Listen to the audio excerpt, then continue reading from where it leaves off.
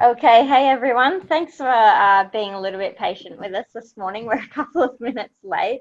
So I guess we'll get started right away. And I'll let you introduce yourself, Federica, if you don't mind. You can probably do Yeah, a better job of it than I can. thank you very much. So, hi everyone, and thank you for being here for this webinar on expanding your market reach by going multilingual. And I am a freelance translator.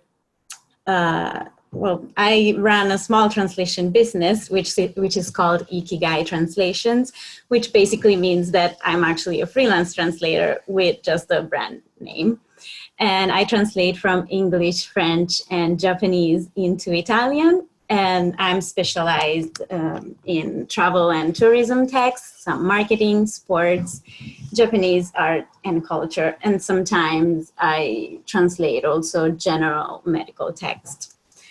And as you can see, I have a website if you want to look it up. It's like ikigaitranslations.com, and you can reach me at my email address or on social media, but we'll see that later. So let's get started, since we have quite a few things today to cover. And so this is what we'll talk about today, which is first an overview of why translation can be an important asset to a to a travel business in our modern world. And so we'll cover some practical aspect of the translation business so that you can navigate it in case you need it. So the difference between translators and interpreters, how to identify the service that you actually need for your business, and identify your exact goal. So what does the translation have to do for you, and what to ask to your potential candidates to find your ideal one, and the tools to ensure that the translation is a high quality translation, and where to find these freelance translators on the web, and an overview on the translation costs and turnaround times, just to give you like realistic expectations, and a bit of an overview between the differences between freelancers and translation agencies, because some people may need an agency instead of a freelancer. And in the end, some DIY resources for something, like for a few tools that you can use by yourself for small communication or translation tasks. And finally, some tips on Google Translate, which is always a controversial topic, especially for us translators. So let's get started with the main question that we need to ask ourselves. So why is translation important for the travel business? In our globalized world, we have computers that connect us from one side to the other of the world. So it's really easy, and especially with the travel industry, which is an industry where people move across countries all the time, and that's the main thing.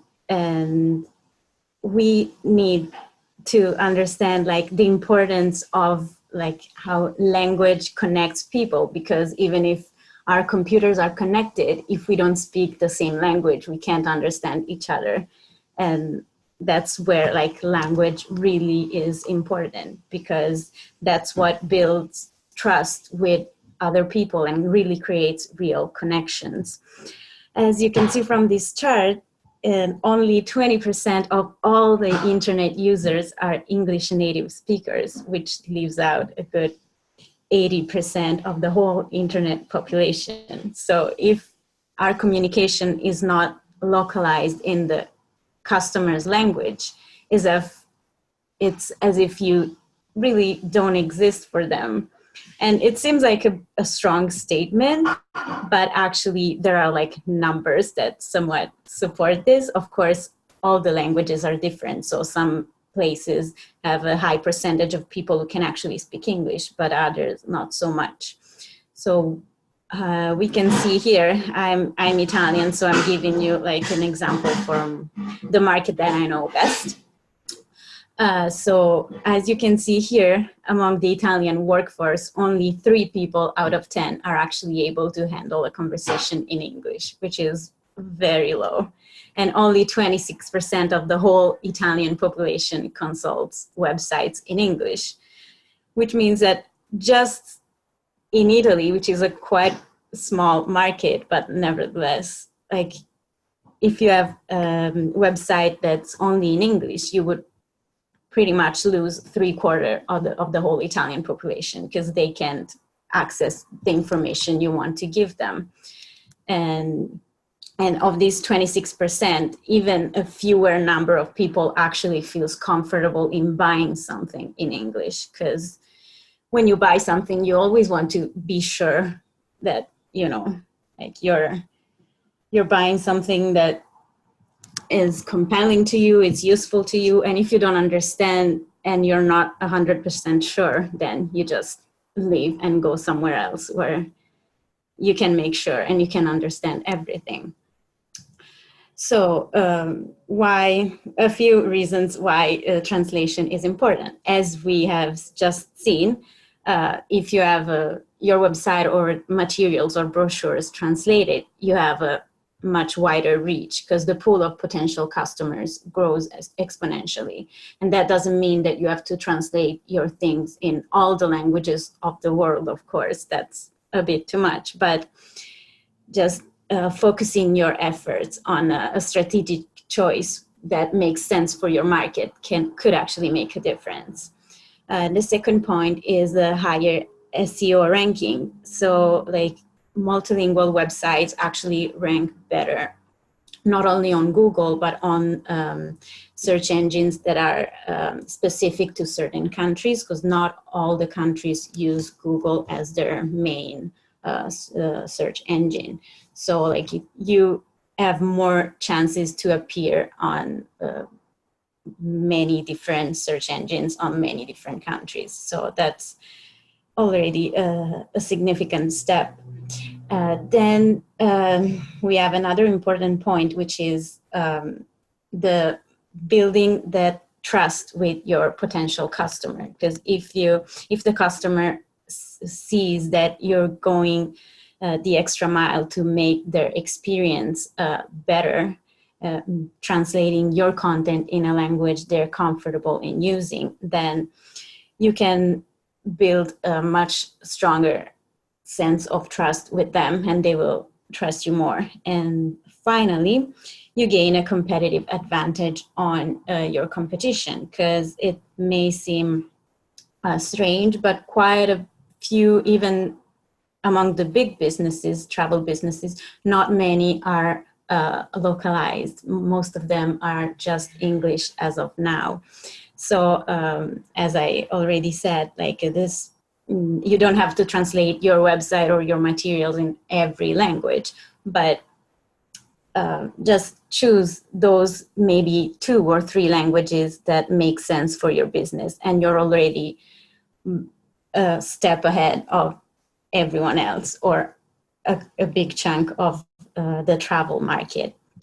I'll show you an example. This is an example from booking.com, and I know some people like it, some people don't like it as a company, but here, just from a linguistic point of view, they're actually doing a pretty good job. As you can see on the right here, they support 42 different languages. And as you can see here on the left, they do a really good job because they see here it's all in Italian. All the banners, all the images are properly localized. And that's not the only thing. For example, I live in Canada, but I'm Italian, so I have the language settings are to Italian, but the currency is into Canadian dollars, and they localize everything exactly for my needs.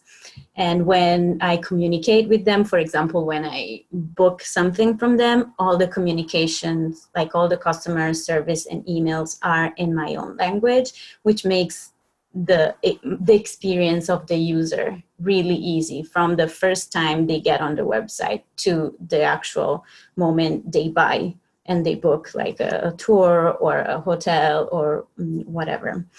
So of course, booking as like means that many small businesses don't have, but this is just to show that on a smaller scale, it's possible even for small businesses to have like a good presence in another language. And this is also one of the reasons why they are ranked really well on every like Google search. So they're always at least on the first page, if not at the very top. So I hope that the example gives a little bit a better idea of like the benefits of translation. And now we are getting into the actual practical stuff. So how this translation thing work? First of all, the difference between translators and interpreters. I'm sure that some people know, and some of you might find it pretty basic, but it's not always super clear. So I just like made this little cartoon to give you like a brief overview of like the differences. So the interpreters are the ones who work orally. So they interpret an interview, a live conference. So everything is immediate. They only talk. And so they work in a public setting, so they have to be well dressed. And an example can be the person next to a prime minister who translates his words into another language or translates for him what other people say. Translators, on the other hand, just deal with written content. So it may be a book, a website, a taped TV show, and they have more time to produce their translations also because they're going to stay on paper for people to read. So they can't contain spelling mistakes or grammar mistakes. Whereas if you're just talking, those mistakes are like forgiven, let's say. It's easier to let them slide. And so translators can work from home and can work in their pajamas because no one can see them. So for example, the person who translates the subtitles of your favorite Netflix show or your favorite Harry Potter book, those are translators. So when you're confused, the trick is always ask yourself, can this person work in their pajamas? If the answer is yes, you're dealing with a translator. If the answer is no, it's an interpreter. Next, we have the services that translators usually can offer or translation agencies can offer. And these can seem pretty basic, but there are like actually some differences which are like important to know. And translation is the general term. So it's like a written document that has to be transformed from language A to B. So it can be a book, as we said, a birth certificate, a medical transcript, etc. For more creative texts, which are like the ones that probably as a travel professional you may have to deal with, the best service is probably localization for you, because the text not only needs to be translated, but also adapted to the target culture.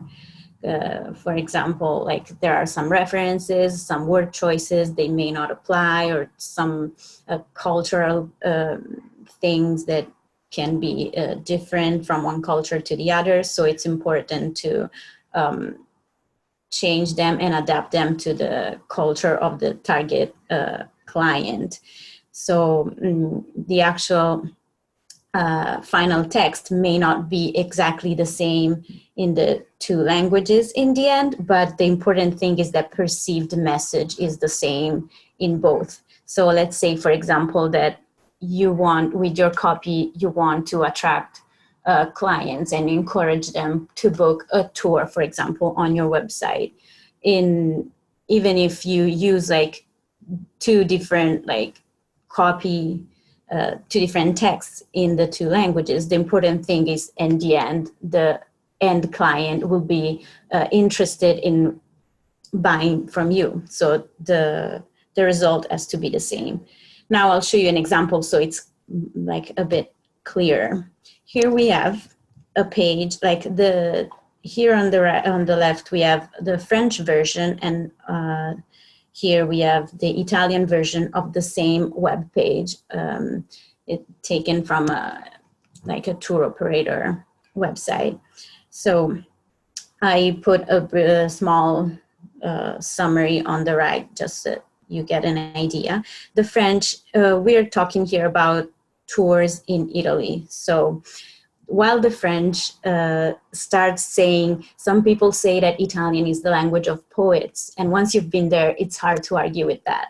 And then it goes on describing places. So they show like all they talk about volcanoes, old ruins, modern cities, trying to like explain how beautiful the country is and how many things you can do.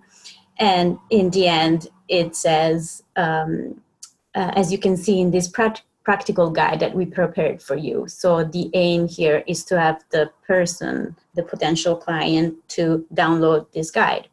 And here they say, and Italy is made for you, is ready for you. The Italian version, if the Italian version had been just translated, we would have a problem already at the first sentence, because the reference to the beauty of the Italian language would be kind of weird for Italian people that are already native speakers of the language. And also all these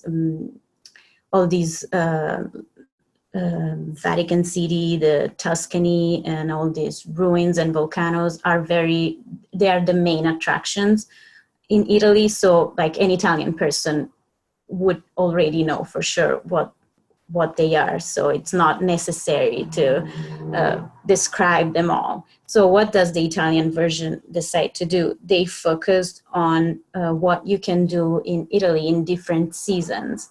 So they say in spring and fall, you can visit big cities. During the summer, you could go to this and that beach. And in winter, you can go to the mountains in northern Italy. And at the end, they say the best way to visit your own country is a customized trip. So what's the goal here? It's still to encourage the potential client to make contact. So contact your local tour operator and create this trip.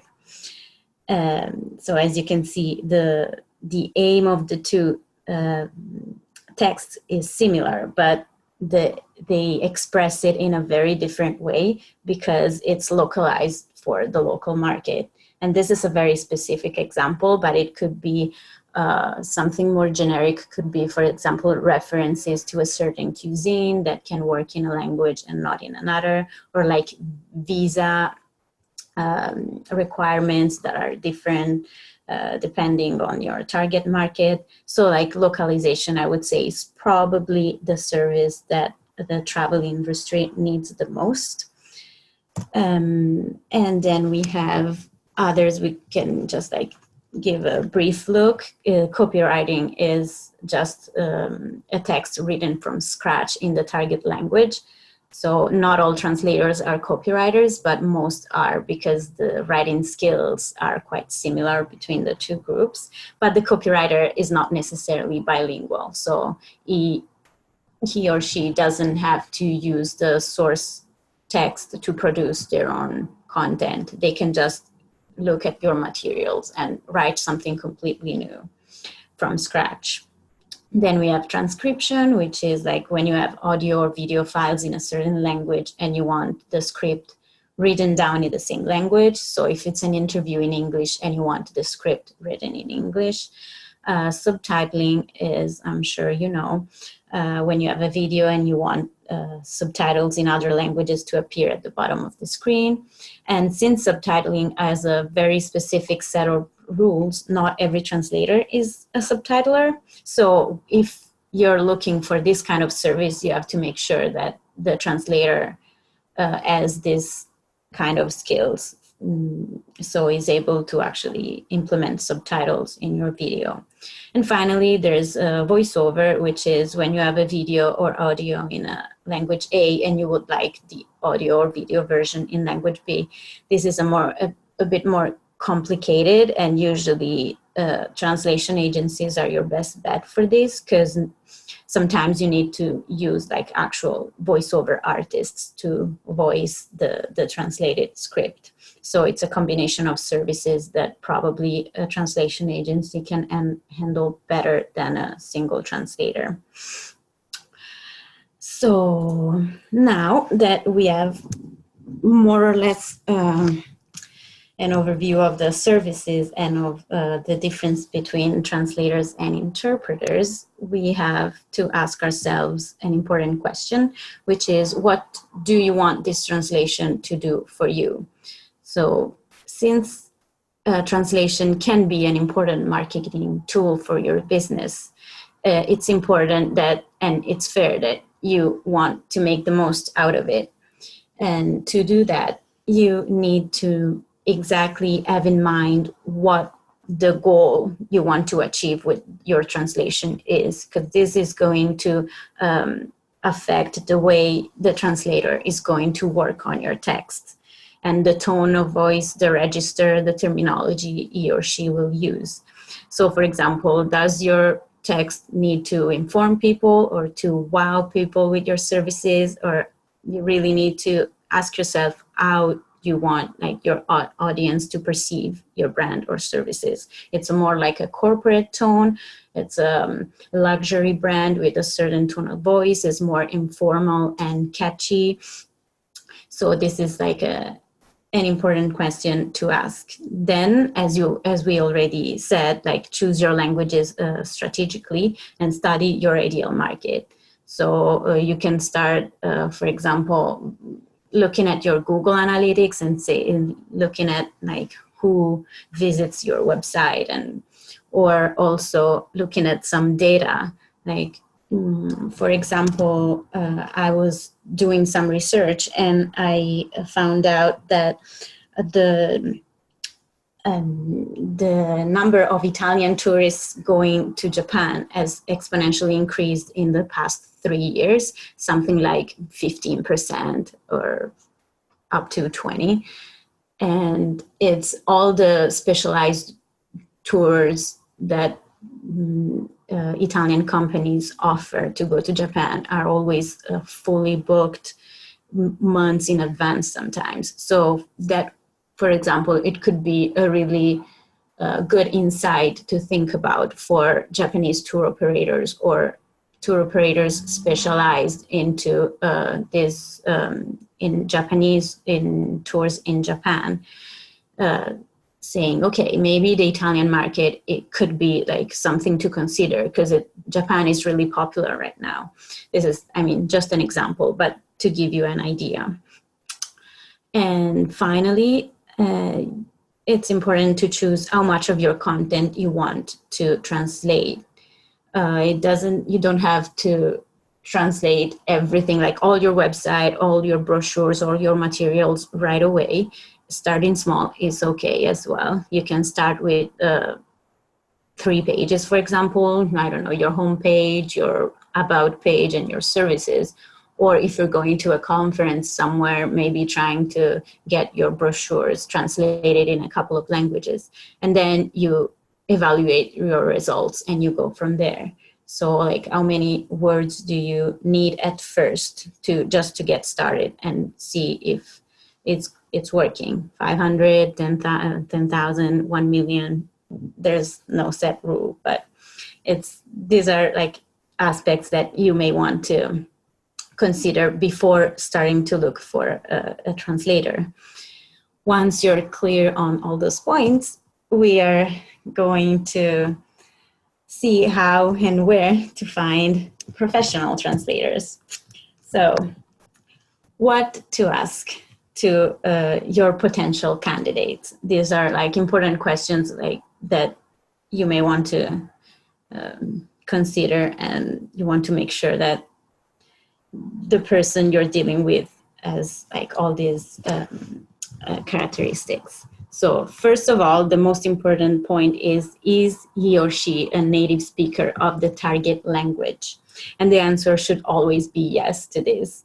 It's sometimes we assume that if I can speak English very well, I can translate from Italian into English. But the truth is, I shouldn't, because my linguistic sensibility in English, no matter how good I am, it's still not the same as my own native language, because unless I'm perfectly bilingual. If I was raised bilingual, then that's fine. But if I learned my second language at a later time, no matter how good my level is, it's still not the same as a native speaker. So there are exceptions to this. For example, sometimes it happens that I get asked to translate from Italian into English for example, if the text is really difficult, or if it's an audio file with someone speaking in Italian with a thick accent, then it's easier for me to actually understand. But after me, there's always like a native English speaker that proofreads everything and corrects the grammar, how the text flows, the style, because that's like really important. So as you can see here, the rule of thumb is you have to be proficient in the source language, but you have to be a native speaker or have mastery of the target language. So that's I would say is the most important thing. Second, there are the fields of expertise. So as the doctors, engineers, or bloggers have different fields of expertise, so do translators, because different fields have different terminology, and sometimes it can get really technical. So, and they may require specific knowledge. I couldn't translate a legal document because I have no legal background and I don't know the exact terminology even in my native language. So it's important, especially for this highly specialized fields, to find someone who knows what the topic is, like that are experts in the subject matter. So it's a bit like if you go to the doctor and you have a heart condition, you would want to go to a cardiologist and not to a neurologist. I mean, the scale obviously is different, but just to give you like an idea. So ideally for your travel business, you want someone who translates travel texts or is an experienced traveler and knows like the ins and out of the business and of the industry, just because it could serve you better. Next, we have quality assurance. It's important to ask, well, it's a good thing, it's good practice to ask if the translation is going to be revised by someone else, because like 4 eyes are always better than 2. We are humans as well. No matter how many times like we reread a text, sometimes something slips, it happens. So it's always a good thing to have someone else to take a look at the text that can like fix your mistakes or just to improve the flow of the text. So just like, ask if the translation is going to be revised or what the quality assurance process is, if they have one in place and what it is. Next, we have some practical things like format. Can they handle like specific formats if you need them? For example, if you have a brochure, maybe if you find a translator that works with InDesign, might be easier for you. Or if they work with a graphic designer or voiceover artists, if they offer those services that could make the process easier for you. It's not like super important, but it could be like a good asset if that's what you're looking for. Another important thing is consistency. Ask if they work with tools or software that ensures terminological consistency. We have these so-called CAT tools that we use to make sure that they basically this software, which is very different from machine translation like Google Translate, they have nothing to do with it. Cat tools just save, like remember all the segments that you are translating, and they create these translation memories, so that if you find another sentence which is really similar or has similar terminology, it will be already saved there. And so it will make sure that the same word keeps like being translated the same way, or if the tone of voice is the register is a formal, you don't switch to informal all of a sudden, or the translator coming after you. If multiple translators work on the same texts, it's important that they all follow like the same style and tone, so that the text can be like more fluent. But if you want to know more about cat tools, it's a very technical topic, so I don't want to bore you to death. So there's like an article here that you can look up. It's like a really easy to understand and explains the whole cat tools thing very well. So I'll just go on. A glossary could be useful to you to have at the end of a project for future reference. If you need to look up just one word and you don't want to contact a person, or if you're going to use or to work with a different translator at a later date, it's good to have, so that you can keep at least the terminology consistent from one project to the other. Next, we have confidentiality, especially in this new big era of GDPR, when confidentiality and privacy are like really important.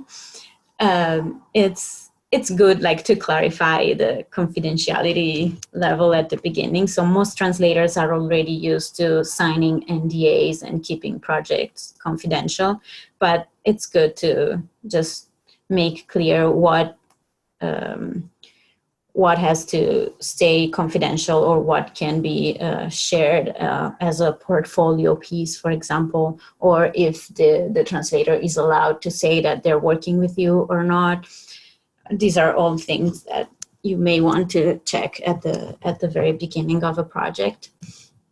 Next, we'll talk about prices and deadlines more a little bit later, but yeah, just check that how many languages you need, what's the formatting, what's the subject matter, and if they charge per word, per hour, or per project, if the payment is upfront or after, what are the payment methods. These are like general things that probably can apply to any other business, so I'm not going to like explain this like a lot. And then we have references. References are good because can be like testimonials on the freelance translator's website, or the LinkedIn profile, or their CV, or a personal profile. It's always good to ask that they show you something that, you know, to make sure that they are and they do what they say they do.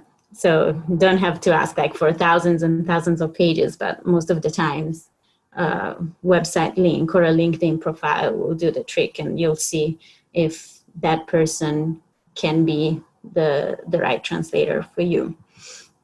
Then we have going the extra mile. So tools for a successful translation project. So this can seem not as important, but it actually makes a big difference in terms of effectiveness and quality of the translation, because if you provide your translator with the tools they need to do their job better, the quality will be for sure better. So the first thing is the context, which is something that non-translators always tease us about, because they say that we ask context in every situation, no matter what the situation is. So there are memes and stuff about this, but it's actually it can be important, because even in normal life, if you take a sentence out of context, can mean sometimes different things, and there can be misunderstandings. So with the context is always easier. So try, if you have them, try to provide links to your website, to your brochures, to your promotional materials, just to give as much information as possible, so that the translator sees the big picture and can serve you better. And if, especially in case of products or like apps, for example, it's important to provide photos and screenshots, because so like if you're talking about this amazing penthouse with I don't know, rooftop pool in a 5-star hotel, if you provide the picture to the translator, they can do a much better job in conveying the actual meaning and feeling of the place in the target language. Same with screenshots. For example, if you have a travel app and there are prompts that needs to be translated, it's important that the translator sees where everything goes in the interface. So it's like easier. I've seen like horrifying things, like apps that have been translated without context and screenshots, and really doesn't work very well, I can assure you. We've already talked about the audience, so it's important for the tone and the register to know like who you're talking to and what the goal of your translation should be. And then there are like some technical things like numbers and URLs. So currencies, sizes, measures, just make sure that you tell the translator like what needs to be localized and what you want to keep in the source language. And last but not least, the character restriction. If you have, for example, a brochure that has a very strict layout, or an app that has like a character restriction, is important to clarify that, because some languages, for example, like Italian, French, Spanish, when translated, tend to be at least 20% longer than their English text. So you'll see that an Italian text can be like a few lines longer than the English. So if there's a character restriction, that's something that the translator should know right away, so they can try to be as synthetic as possible. Okay, now that we have all the ingredients, we'll go and try to see where to find these translators that we've been talking about so much. First of all, personal websites. This, I'm sure if you run a small business or a small blog, I'm sure that you know that it's really hard to compete with bigger players like OTAs, or like people who can pay a lot in ads and things like that, because we just don't, it's really hard for us as freelancers to get to page 1 of Google. But we do have our personal websites, or at least most translators nowadays do. So to find us,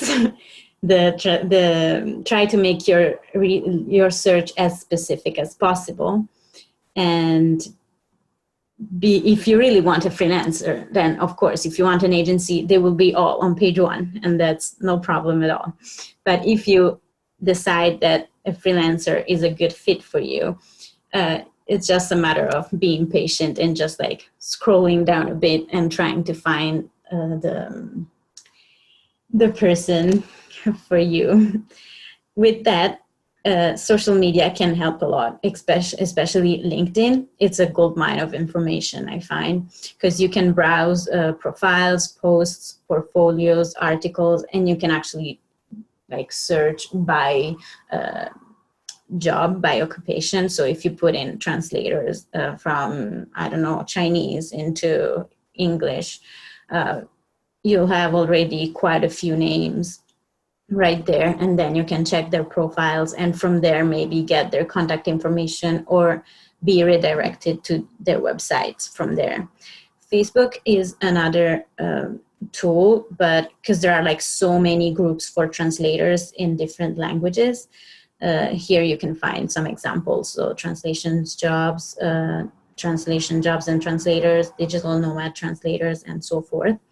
The problem with Facebook is that it's not always reliable, because some of these groups are not like they're public, anyone can join and anyone can say, yeah, I'm a translator, I want to do this, especially considering that translation is still considered by some people a job you don't really need to be qualified to do. And so just like some students or someone who happen to know a couple of languages would improvise themselves translators.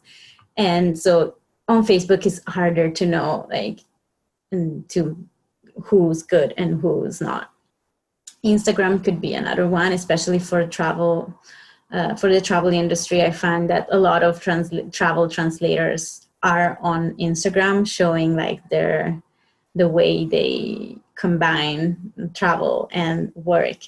And so that could be another good option to, and for example, you could look for hashtags like travel translator or tourism translator or translator at work, and you'll find quite a few like profiles. And that maybe if you want to have more of a feeling of the personality of the translator, but then that's totally up to you.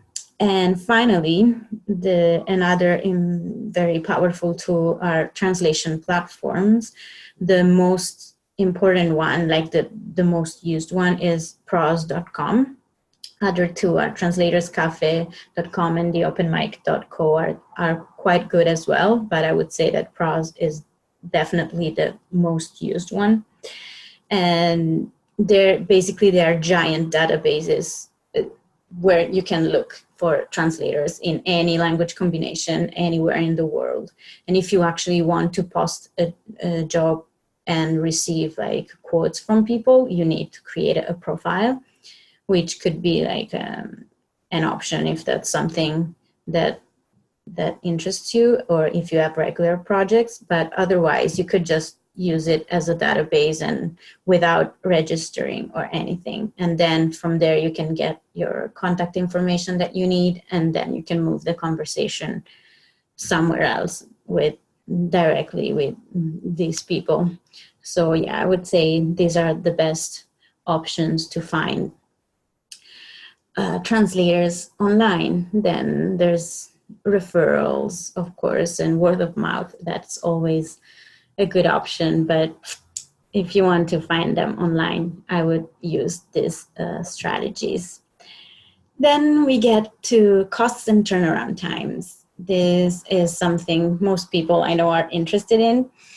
And unfortunately, there's not like a set price for everyone, because some languages are rare and those are much more expensive than common languages. So for example, African dialects or Southeast Asian languages or Nordic languages are more expensive than common languages like English, French, Spanish, German, Italian, these kind of languages. And depending on the language, the country or the project, the pricing model can be different. So for example, Asian languages will be priced per character, while languages with the Latin alphabet are usually priced per word. But there are exceptions. For example, German, since German has really long words, they tend to price translation per line instead. And or also per page sometimes.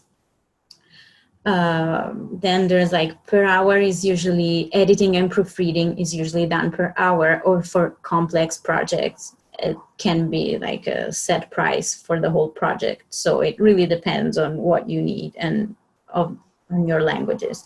To give you a rough idea though, a translation in the common languages, so I would say, for example, from English to French or German to English, the costs could go from 15 cents per word to 40 cents per word. And this is like I put here the three main currencies because these ones are usually like the prices usually stay the same. The currency changes a little bit, but the price range is around there. As for the daily output, we are not machines. Sometimes we receive requests for like 10,000 words to be translated in a day, and that's actually not possible. The daily output for a regular 8-hour day of work is from 2,000 to 3,000 words. And that is like a complete and polished translation. So it includes the research at the beginning, the terminology research, the reviews we do, the spelling checks and everything. So for a ready-to-go translation, we can do 2,000 to 3,000 words per day. And this again, it's an estimate. Sometimes if it's a really repetitive text, then of course it could be higher because we use, thanks to the software we use, we get quicker and the output can be higher. Or on the other hand, if the text is really complex, obviously the whole process slows down. But this gives you a rough idea at least of what to expect when you order a translation. And we're almost done. I just wanted to give you a brief overview of the differences between freelancers and agencies, because I mean, I've been talking mainly about freelance translation now because that's what I do, but I've been a project manager before in a translation agency. So I know that for some projects, agencies are better than freelancers. So depending on your needs, it can be like both sides of pros and cons. That's why I want to give you like a complete idea, even if I'm always like a bit biased. But so just like to give you an idea, of course, the freelance translator is an individual, can have a brand. Like me, for example, I decided to choose Ikigai Translations because my name is really hard to pronounce and spell in English, and I live in an English-speaking country, so that was a choice. Then the individual can work with a limited number of language combinations. So, of course, like I have my own language combinations and I work only with those. Sometimes I can ask my network. So I have colleagues. So sometimes we team up to offer a wider range of languages, but overall the number of languages is pretty limited, let's say. Whereas a translation agency is a company and they can have different sizes. It can be a local company with 2 or 3 employees to multinationals that have like offices all over the world and hundreds of employees. That's it varies a lot there too. And they work with hundreds of language combinations. So if you have a multilingual project, that's probably easier to go to ask a translation agency. And they manage projects outsourcing the translation to freelancers. So in-house, they have project managers. They don't have translators for all these languages. So in the end, the people who actually do the work are still freelancers. It's just like the agency manages the whole project for you. So it makes it easier if you have a complex project. But yeah, at the end of the day, the work is always done by freelancers anyway. So, it's not moving. Here we go. So the pros of working with both categories. The pros of working with a freelancer is that you choose your own translator. So the communication is direct and it's really easy. If there's a problem, we can solve it right away, just communicating directly. Another advantage is that only one person is working on your translation. So the tone of voice and the terminology will be consistent because it's always the same person. Also, the costs tend to be lower. There are some freelancers that can be pretty expensive as well, but overall, since there's no middleman, the costs tend to be lower if you deal directly with a freelancer.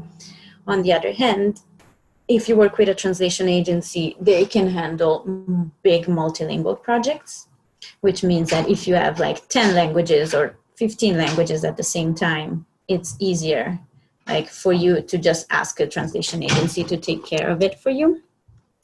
They also have translation management systems in place that streamline their workflow. So it's like, it's easier for them to handle complex requests, like with a combination of different services. So it can be from transcription to voiceover with translation in between and subtitling if you need. They can take care of everything for you, whereas it's harder for a freelancer to do that. And most translation agencies include the second review in their price. So the quality assurance process is a little bit stricter in the case of a translation agency. The cons, on the other hand, are that for a freelance translator, turnaround time can be slightly longer because the translator may be working on other projects at the same time, and so, or may not be available on your desired dates. So if you really want to work with that person, you may have to wait a little bit sometimes. Whereas the translation agencies, if you're not available, will replace you with another translator. So the deadline will be met regardless. They just switch the person. Finding translators for multilingual projects, as we already said, is a bit more time consuming for you if you want to handpick each one of them and you have 10 languages. So that could be like harder, make like your work harder. And lastly, the review by a second linguist is not always included, as we said. The disadvantages of working with agencies, on the other hand, is that you don't have direct contact with a translator. There will always be a project manager in between. And that means that sometimes communication gets lost or gets delayed. And especially if project managers are really busy, sometimes it happens because they're humans too. So it's a bit trickier. The communication part can be a little bit trickier. Different translators may be working on your texts, as we said. So the tone of voice could be slightly different because, of course, every one of us has a different writing style. So we may like rephrase something in a slightly different way. And costs are generally higher because the agency needs to pay their project managers and make profit for themselves. So of course, the costs are higher if you decide to go with a translation agency. Okay, we're almost done. Finally, we have some DIY resources for you. So as a professional, I can't recommend DIYing your communication in a foreign language, but there are some resources that come in handy that you can use for basic communication needs. We have reverse context and lingue, for example, that you can find here, and they give you the word or the sentence in context, and that can be really helpful if you just need like a small sentence or something like really basic. Grammarly is a great tool for English speakers who want to avoid grammatical and spelling mistakes. And then the SEO tools like Google Keyword Planner are actually really useful because you can switch the language and have an input the keywords in another language. And so those can be used to do SEO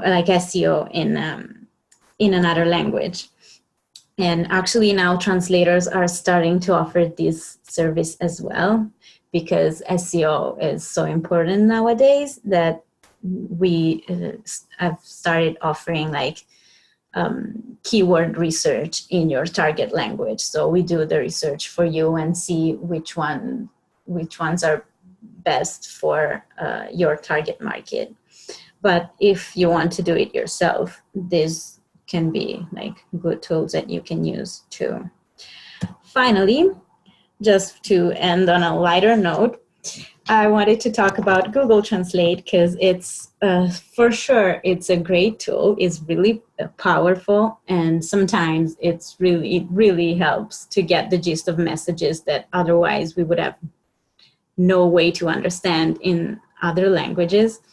And for like easy sentences, and it's actually not too bad. But relying on it for important communications can be a problem, as we can see here. The racist spark, or the hand grenade, or the sauce cow and the husband and wife lung slice. Those are something definitely went very wrong there. But probably my favorite is how from Malay to Polish, Lady Gaga became all of a sudden Britney Spears for like, we don't know what happened there, but yeah, those are the mysteries of Google Translate. But other than this, there are a few points that it's actually important to note. The Google Translate plugin that you can add to your website is better. It's better to avoid it because it doesn't translate all the images and banners and buttons. So sometimes it's really more confusing because you see some part of the text which is badly translated, some part that is not translated at all, and the user just is really confused. So instead of using that plugin, I would rather just leave the text in English until you decide to translate it. Second is Google stores all the text you feed to Google Translate. So like, it's better not to put confidential information in there because Google will store them and remember them. So if you have like a top secret plan to conquer the world, and if you put it into Google Translate, your privacy will be gone forever. And then, well, there's like DeepL.com is another tool that is really similar to Google Translate that you can use to cross-reference the two, maybe, if just to make sure that the sentence that you are looking up makes sense in both this software. And finally, not even Google uses Google Translate, and that should tell you something. Actually, I've been working for Google for a while, and they have like a very sophisticated translation system in place with lots of guidelines and lots of materials. So like, they invest in their translations quite a bit. So that tells you that, for like actual business, maybe Google Translate is not quite the answer. And with that, I'm done. I want to thank you very much for being here and taking time out of your day on this sunny day, at least here, to listen to me. And here, if you have any questions, well, you can ask them now, or if you're going to watch this later, feel free to email me with any questions you might have. Or if you want the slides, I would be happy to send them to you. Just like shoot me a message, or feel free to connect with me on my social media. And I also have a free PDF guide with a checklist that summarizes a bit what we've talked about today, and you can find it at this link. So thank you very much again. Great, thank you so much, Federica. So we will be taking questions now. You can type any questions or comments you have into the chat box, or you can click to raise your hand by clicking on the participants button at the bottom of your screen, and from there clicking to raise your hand on the right. Then I'll unmute you and you can ask Federica your questions. I will just say too that I noticed quite a few of you joined really late to the webinar today. So it has been recorded, and I'll be sharing it on the Travel Massive blog shortly, along with that free PDF guide and checklist as well. Perfect. Okay, so we have a couple of, oh no, we've got a thank you from Jasper. Great, thanks Jasper. Thank you very much. Paula is asking, is proofreading the same price as original translation? No, proofreading is usually at least half, is not, if not lower. It's if it's priced per word, it could be like to half to 1/3 of the price of actual translation.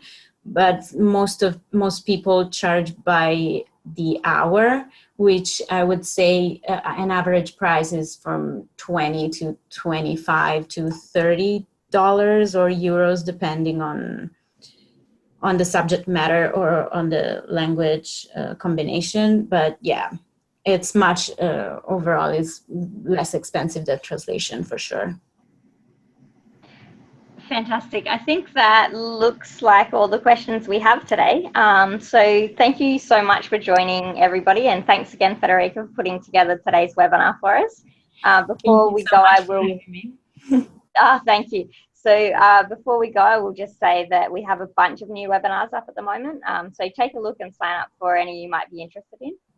Thanks again, guys, and hopefully I'll see you at the next one. Bye. Thank you. Bye.